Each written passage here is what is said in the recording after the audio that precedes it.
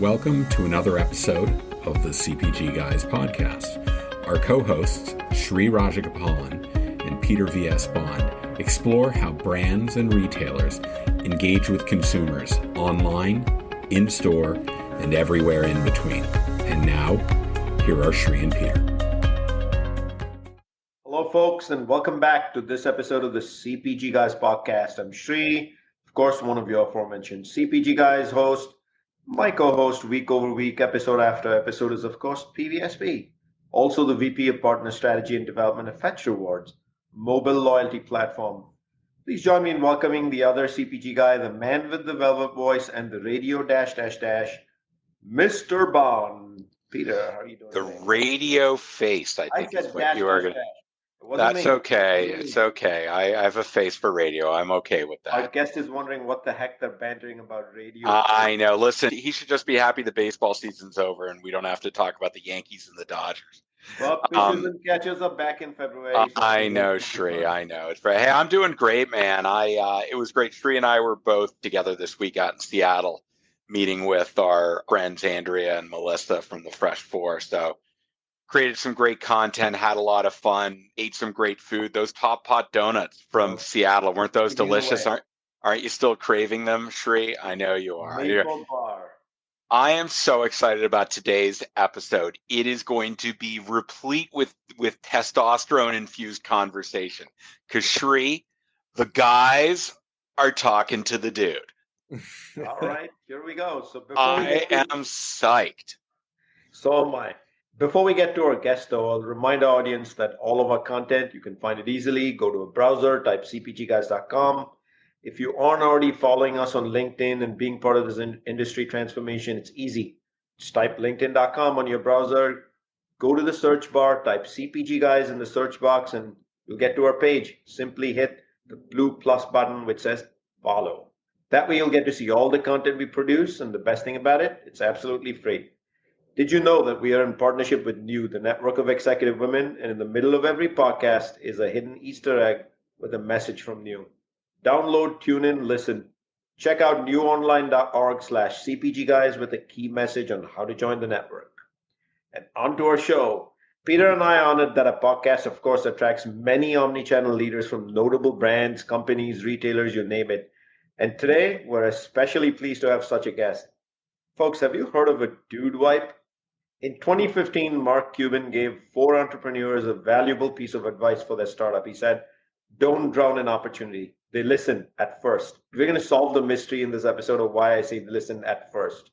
The 4 co-founders of Chicago-based Dude Products, manufacturer of Dude Wipes, a flushable toilet wipe brand marketed towards men, met Cuban 6 years ago, season 7, episode 4 of ABC's Shark Tank. After hearing their pitch, Cuban agreed to invest $300,000 in exchange for a 25% share of the company. Dude Wipes experienced sales boost. Its gross revenue jumped to $40 million in 2020 compared to $15.5 million in 2019, according to the co-founders, one of them who's joining us today.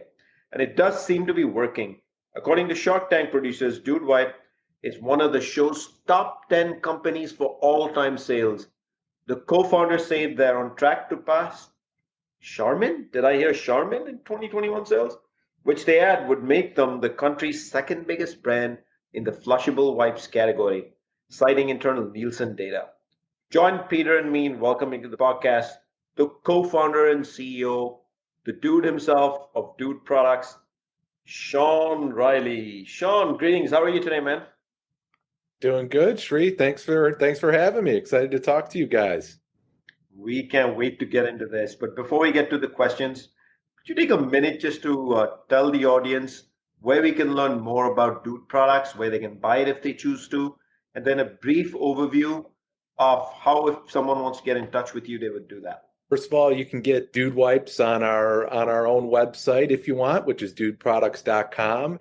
And then we like to say wherever toilet paper is sold, we are trying to be. So Amazon, Kroger, Walmart, Target, a lot of the major grocery chains across the country. We're in Sam's Club right now as well. Hopefully, with the over 15,000 doors we're in, where you buy toilet paper, Dude Wipes are available. Congratulations on all that success, Sean. And Thank you for that. Of course, for our audience, we'll include hyperlinks to the site address you mentioned in our episode, digital liner notes.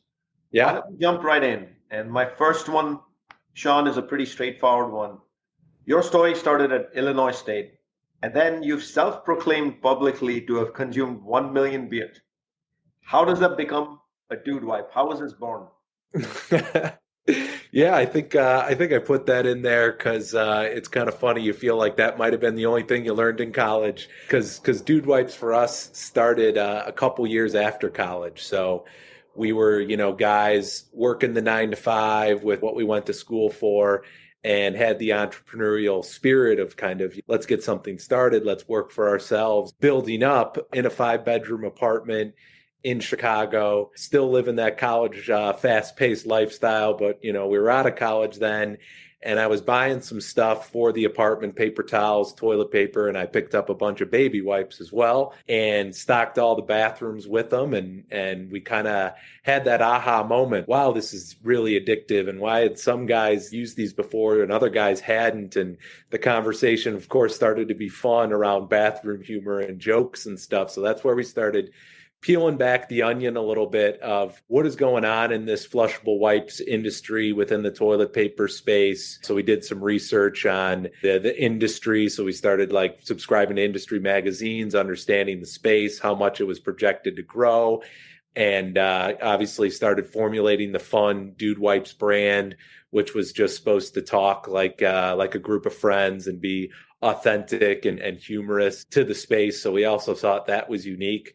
And then, finding a manufacturer became our challenge once we decided this was something we wanted to go after. So started really researching who's the best at making these kind of wipes and who will return our phone calls and all that kind of stuff. And so, really we made a 1-page specification of everything we wanted in a dude wipe, and we put it on fake letterhead with email addresses at dudeproducts.com. So we looked as professional as possible.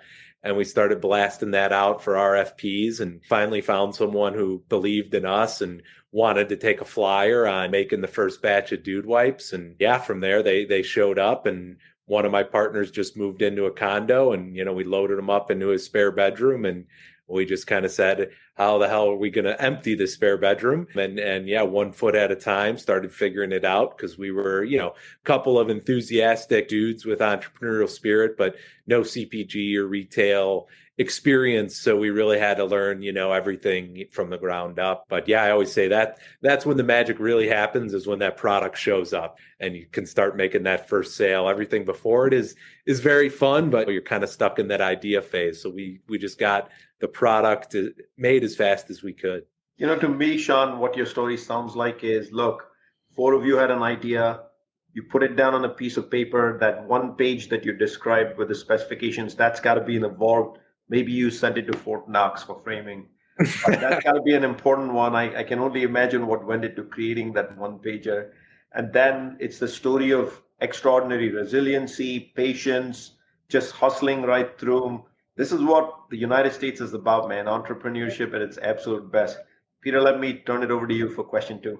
Sean, so great to have you on the CPG Guys podcast. I've really been looking forward to this conversation. I am an avid user of your product. We were talking before the show. We were both living in the same neighborhood of Wicker Park in Chicago, shopping at the same 7-Eleven. So I'm sure we probably even crossed paths at Big Star Taco or somewhere else. So great to really be here with you today, and so glad you joined us.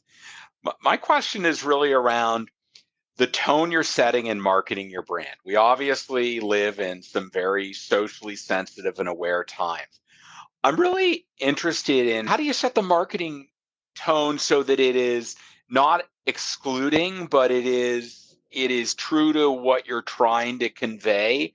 Are there any challenges that you face in doing that? And how did you set about walking that fine line between having fun and kind of, poking fun at the dude mythos versus challenging conversation in the era of Me Too? Yeah, so you got to remember, when we started the Dude Wipes brand, it was, born out of that authenticity of our origin and having fun and talking, the way that no other brands in the toilet paper industry were talking. So we weren't afraid to talk about going to the bathroom or the funny situations around that. If I could describe the brand in one word, it is fun.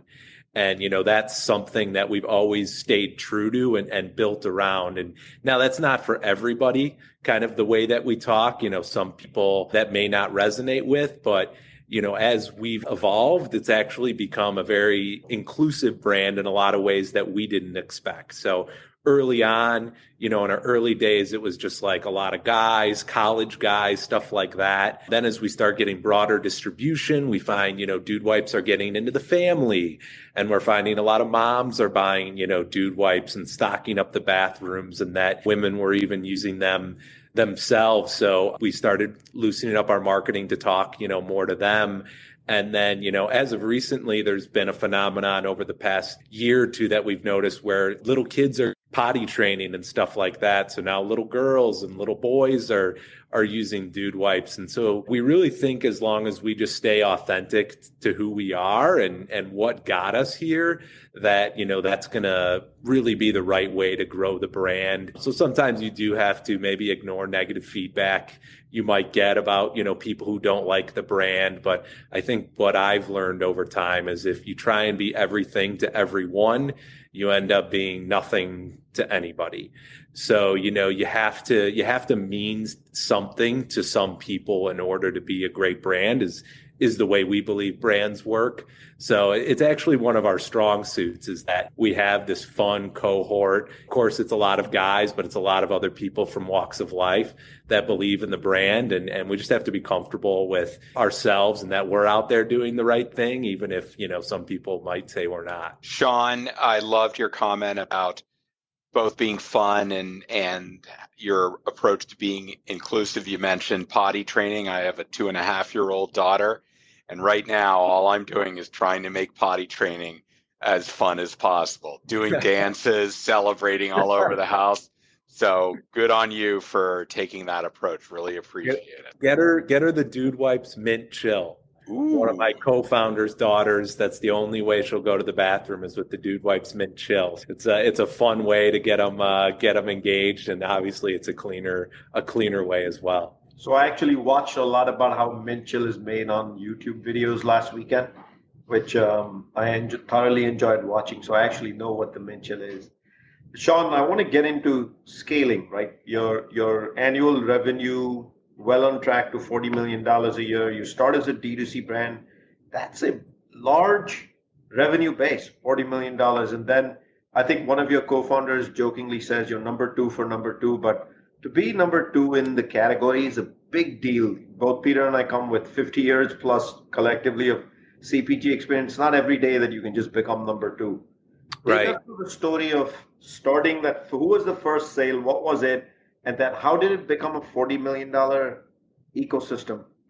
The first sales were literally out of the trunks of our cars. So not even D2C, going, selling them to family and friends. And, we even went to some college freshman orientations and set up tables. And it was 2012 when we were making those first sales. And honestly, we were doing it on the ground. And then late in that year, our first, half year, we had a friend who had an Amazon seller account. So we ended up selling him some product, and he made the listing, and all of a sudden he bought a pallet, and then he bought another pallet, and we said, okay, like something's going on here on Amazon. So, the next year we kind of started taking control of our own Amazon destiny, starting up our own accounts and managing that business ourselves, and really learning that business and the marketing flywheel and everything about it from the ground up. And this was before big CPG or big toilet paper cared about Amazon at all. So we got in there as, so that was our D2C platform, but that was even before the Shopify boom and stuff like that. So Amazon became that first customer to kind of prove out the retention of the brand and that getting tons of customer feedback. And at first we were just selling individually wrapped ones. We started seeing from people on there, the feedback is they want a bigger pack for home. So we go and make that bigger pack. Now we have 2 SKUs up there. Now, and then we start selling multi-packs and stuff like that. So that became our first $1 million customer, right? Before we'll do over 60 million this year. Before you do 60, you got to do one, right? So that was the first customer that we were then able to take to retail and kind of say, hey, look how much volume we're doing in the toilet paper category here. We really would love a shot on your shelf. And so Kroger in 2015, the same year we were on the Shark Tank, becomes the first customer. The buyer takes a flyer on it, says, I'm going to put it in all my aisles. So then we go through that next leg of growth where we're learning the retail system and how to support multiple DCs in the entire country. And so we really scaled very organically and never grew too fast. So we doubled the business from 1 million to 2 million, then 2 to 4, but those numbers start adding up and just went after strategic customers. Then a couple years later, we get Walmart, who obviously sells a lot of product, especially a lot of toilet paper products. And very much, once we were successful somewhere, we made sure, to keep being successful there, keep growing that customer, and then kind of move up logically to the next one. So it's very much kind of like a brick by brick strategy with some big growth years in there where things kind of supercharge, but learning, as we went along the way, and Amazon was our first big customer and still is a big customer of ours that we concentrate on. Before we continue with this week's episode, a brief message about New. Network of Executive Women is a growing community of over 14,000 professionals representing nearly 900 organizations across North America.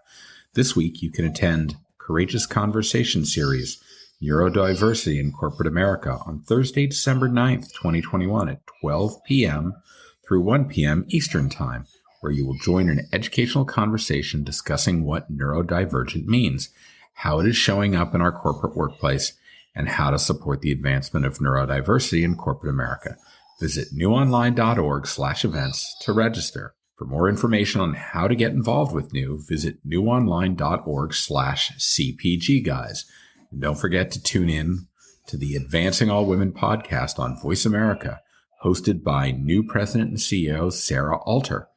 Listen every Friday at 7 a.m. Pacific on the Voice America Empowerment Channel with rebroadcasts weekly on the Voice America Influencers Channel. And of course, download episodes after they air wherever you get your podcasts. Remember, visit newonline.org/CPGguys to learn more about becoming a member of New. And now, back to our episode in progress. I want to remind our audience that we are speaking with Sean Riley, the Chief Executive Dude and co-founder of Dude Products. Thanks for that, Sean. Before I get to my next question, I just wanted to follow up on the last one. You said Kroger was your first big omni-channel retailer where you entered. I've got to imagine that some of the tools that allowed you to grow that you've invested against are things like their Kroger Precision Marketing, retail media platform, the customer data that they have that can really help you with understanding the types of shoppers that are shopping at their store, yes? Yeah, definitely. Especially, more as of the past couple years, as that's all really, accelerated and obviously the COVID shift to more online buyers there for sure. Yeah. But I mean, when we got in there in 2015, we had to just make sure we got product on shelves and knew how to fill POs. But we learned all that stuff. And, Kroger and the people in Cincinnati are very good about introducing you, to the 8451 teams. And hey, here's how you guys can be smarter about growing and leveraging your customers. So yeah, I'm not going to lie and say we had that all figured out right when we launched, but at the longer we're in retailers, we figure more things out. And that's the exciting thing about our business. We're guys who are learning this, business and hiring great people and great partners. So we're just getting better and better every year and learning more and more. We don't quite have the seasoned resumes like guys like you have. So, we're trying to attack that by, bringing on people smarter than us and just like always continuing to learn what these retailers have to offer and test.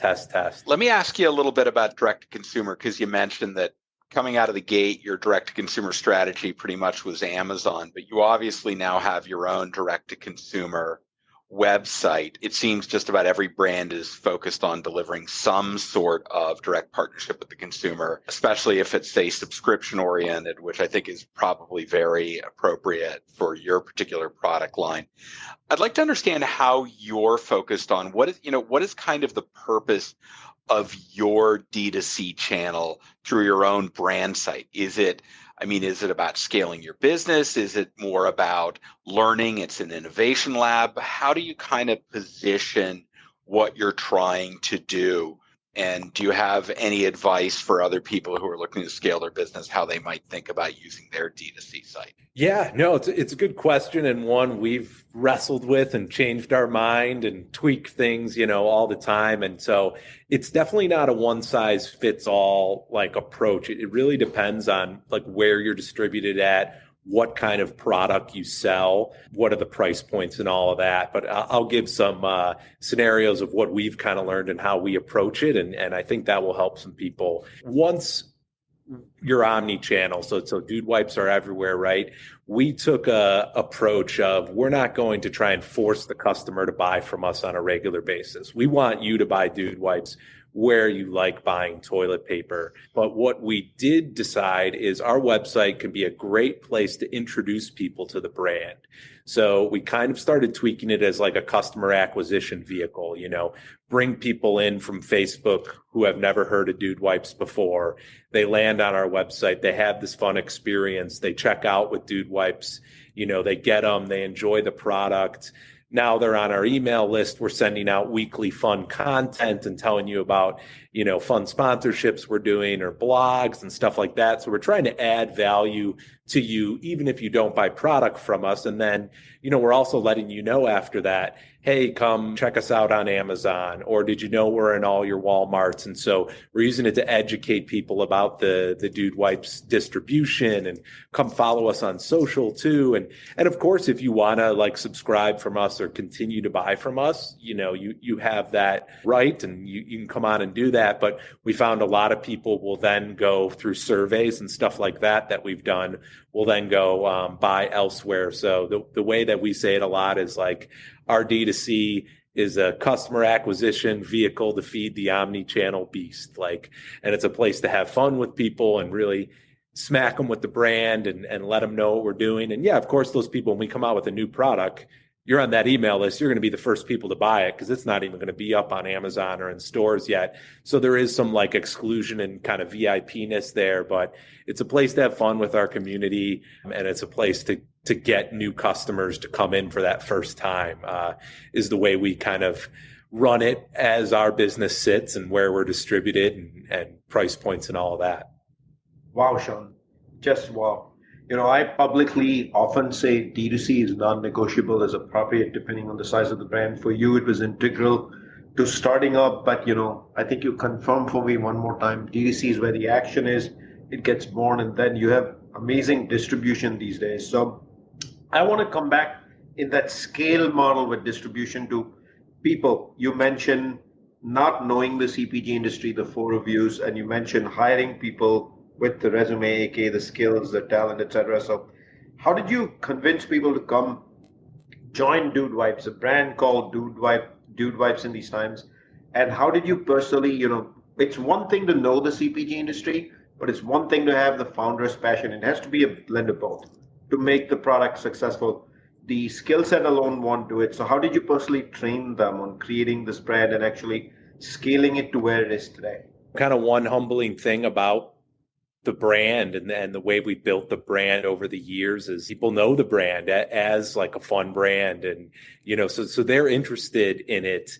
So then it's more about letting people know that culture is going to be the same. We want this to be a fun place to work, a place where you can learn and have a big impact on the organization, and a place where we're going to let your skills run wild and that we're going to learn from you. So connecting and letting people know the culture is a big thing. And if people are, attracted to that, and it's kind of like the brand, it's not for everybody. It's for someone who wants that opportunity to kind of be in more of a startup environment within CPG and be able to maybe have to wear a couple more hats if they're coming from big CPG. But we found that that's what, there's a lot of people looking for that kind of opportunity where they have, the room to learn and to advance and to also, have fun first and foremost. Just like the brand is supposed to have fun, you're supposed to have fun working here. And we make that kind of clear from day one. If that's not the case, we would want to know. So yeah. And we've gotten, some really good people recently from companies like RX Bar and Califia, Almond Milk, and people who have been at organizations, bigger than ours, but not quite, PepsiCo kind of places. So they've kind of seen that scale. Then they get to where it's larger and they're kind of craving coming back to like that community and growth phase sort of culture. Sean, as Shri and I were separately flying into Seattle 2 days ago, we were taking note of all the cargo ships lined up at the port in Seattle, not unlike Long Beach or Los Angeles. That is just an indicator of the issue that we're facing around supply chain. So would love to understand for Dude Products, how at all has supply chain or delivery had constraints on your growth in 2021? And if not, then why is that different for you? What is unique or different about Dude Products that is insulating you from the pressures of supply chain? So did you see our SS Turd, our Dude Wipes ship out there? That was just a Photoshop we put on social, but I actually saw it on social. I called Peter and said, Sean just bought a ship, so you fooled me. The joke of that is actually we don't move anything like by ship. So we took from the get-go, to make product in the USA since we started, and that we believed it was kind of the right thing to do, and that we would be able to scale and have better relationships doing so. So as the brand has grown, we've grown with that partner. As COVID hit, we supercharged our growth with that partner. And so we work very close with them. There's a couple partners we work with that we consider, part of the Dude family. Like they're almost like part of our company, and we really value those relationships. So just attention to the relationship of our supplier, going on almost 10 years now, and scaling up with them the right way, like we have, is let it get bigger and bigger each year. And then things happened, like the toilet paper shortage. They were able to lean in and make product, really fast. And, it's a 1-day truck ride away. So then, when that product's done off the manufacturer and released from quality, it's in our warehouse, within 24 hours. And we could be shipping it out to an Amazon or a Walmart, 24 hours later with our, partner here in Chicago. So really kind of the simplicity of our supply chain was a real big benefactor. The proximity, not having to worry about ships and making everything here domestically has really allowed us to capitalize on growth. And so relationships, proximity have been a big thing for us. So now we're going to go where no person or man has gone, no dude has gone before, which is we're going to go to Shark Tank. So give us the 101 first visit, 202 second on your Shark Tank appearance. How was that? And what can you pass on to budding entrepreneurs that you learned by going to Shark Tank? Yeah, so our 101 Shark Tank was we applied a couple years in a row. We didn't get in the first year. We didn't get in the second year. We got a little farther each time. But, definitely always like to let people know, there's rounds and rounds. You probably go up to make it on the show through like 20 interviews. So, each year we made it a little farther, and the third year was that year we had gotten into Kroger and kind of started to show product market fit and that this business was taking off a little bit. So that's the year we kind of got on the show. So I always tell people, like, keep trying. We didn't get on there the first year we tried out, and a lot of it's about your business being ready for that opportunity. And then, obviously getting on the show, we got a deal with Mark Cuban, and that, is our only outside, capital investment to date. So it was great for us to get a deal and have a mentor and get a partner. But then it's also like an evergreen Super Bowl commercial, that airs on CNBC, and, people replay it online. So I can't tell you, the amount of people that know Dude Wipes from the Shark Tank. So there's just a great branding top of funnel effect of being on the Shark Tank, and then, being partnered with Mark Cuban. Mark Cuban will tweet about Dude Wipes, or he'll mention them on Good Morning America or stuff like that. So you got all these other kind of trickle down effects of of being, partnered with a celebrity and investor like Mark. So, all those things have been great. And yeah, I mean, it still surprises me how many people know us from the show.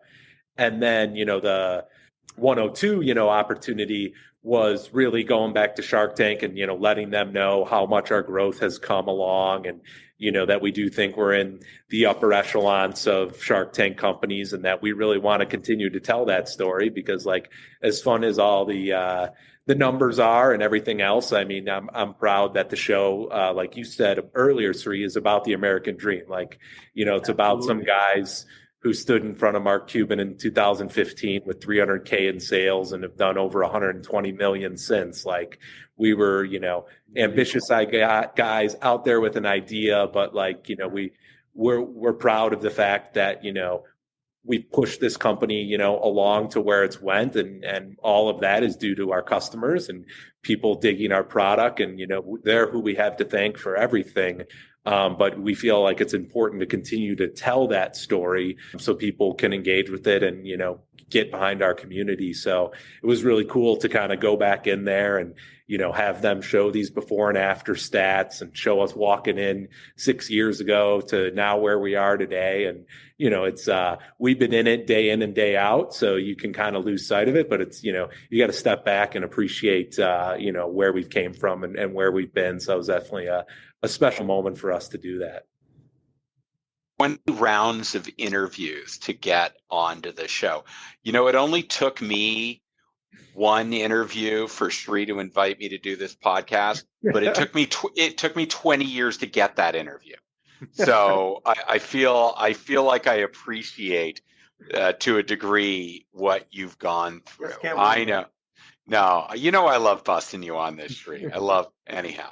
The producers actually say that it's harder to get on the Shark Tank than get into Harvard, which I don't know if I believe because I couldn't have got into Harvard, but we got on the Shark Tank and, it's 40,000 people apply a year and, 50 or 100 or so make it on the show. So I think it's important to also remember, Sean, that it is a show and, my daughter was a American Idol finalist in 2015. And I remember going through multiple rounds. What people don't realize is it's a real vetting process. So congratulations that you guys. Yeah. It's I think the shows are very similar, American Idol and Shark Tank. So many people try out. There's so much sifting and they, bring the talent up and Shark Tank's more just like the top of the talent goes out there and pitches.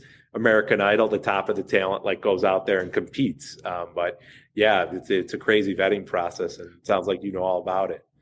I just enjoy watching the openings and the rehearsed little shtick that every group produces. That is always the most entertaining part of the conversation. But in any event, Sean, this is great. I'm going to ask you the last question before we let you go, but this has been tremendous for us.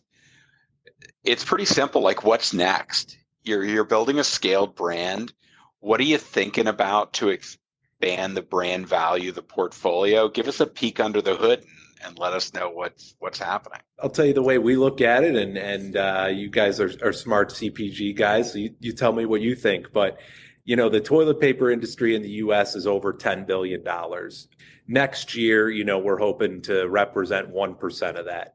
So we really still do think this is day one for Dude Wipes and the disrupt toilet paper opportunity. We see more and more people converting over to this habit, but we're still in the early innovation curve of households participating in these wipes instead of toilet paper, which is still, estimated to be around 30%. So we really are concentrating on marketing the Dude Wipes brand, getting more people to come into this habit, coming out our mint chill, like we talked about earlier, it's really still in its infancy. So getting that into more retail doors and really supporting the retailers that we're in and now looking for other strategic ones that we, can add on top of that portfolio. But we think in our category, in particular to where people are at innovating on it, that it's really day one. And we just want to keep growing and pushing that conversion and keeping our existing customers happy. So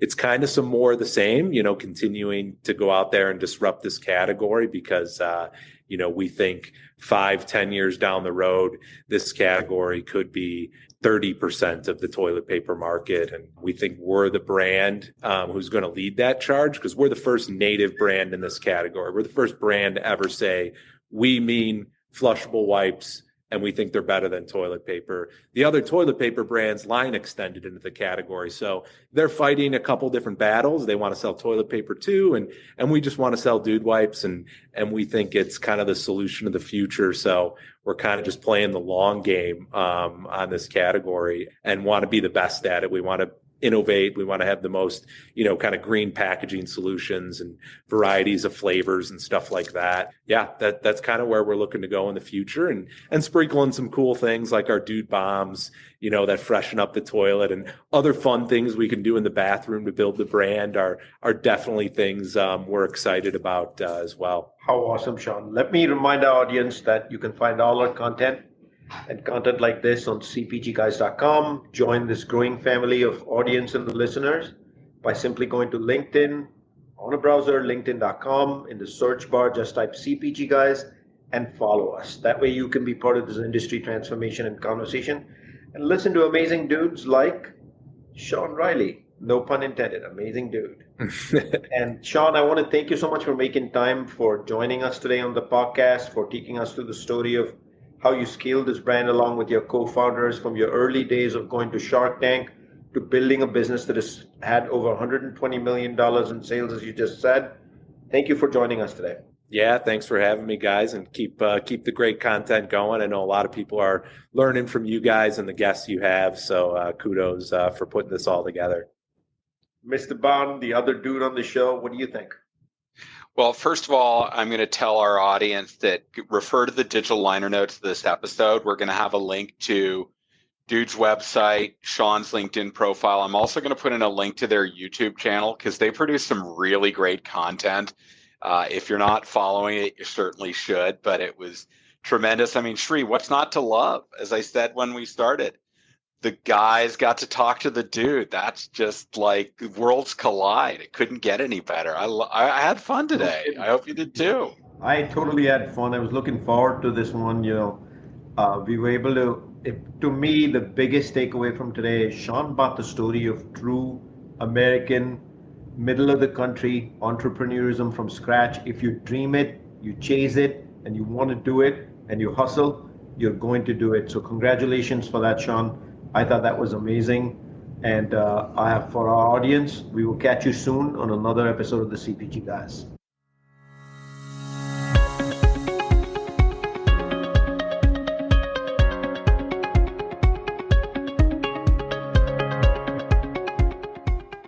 The content in this podcast episode is provided for general informational purposes only.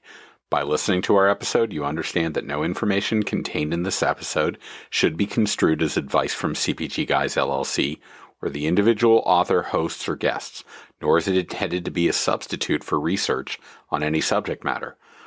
Reference to any specific product or entity does not constitute an endorsement or recommendation by CPG Guys LLC.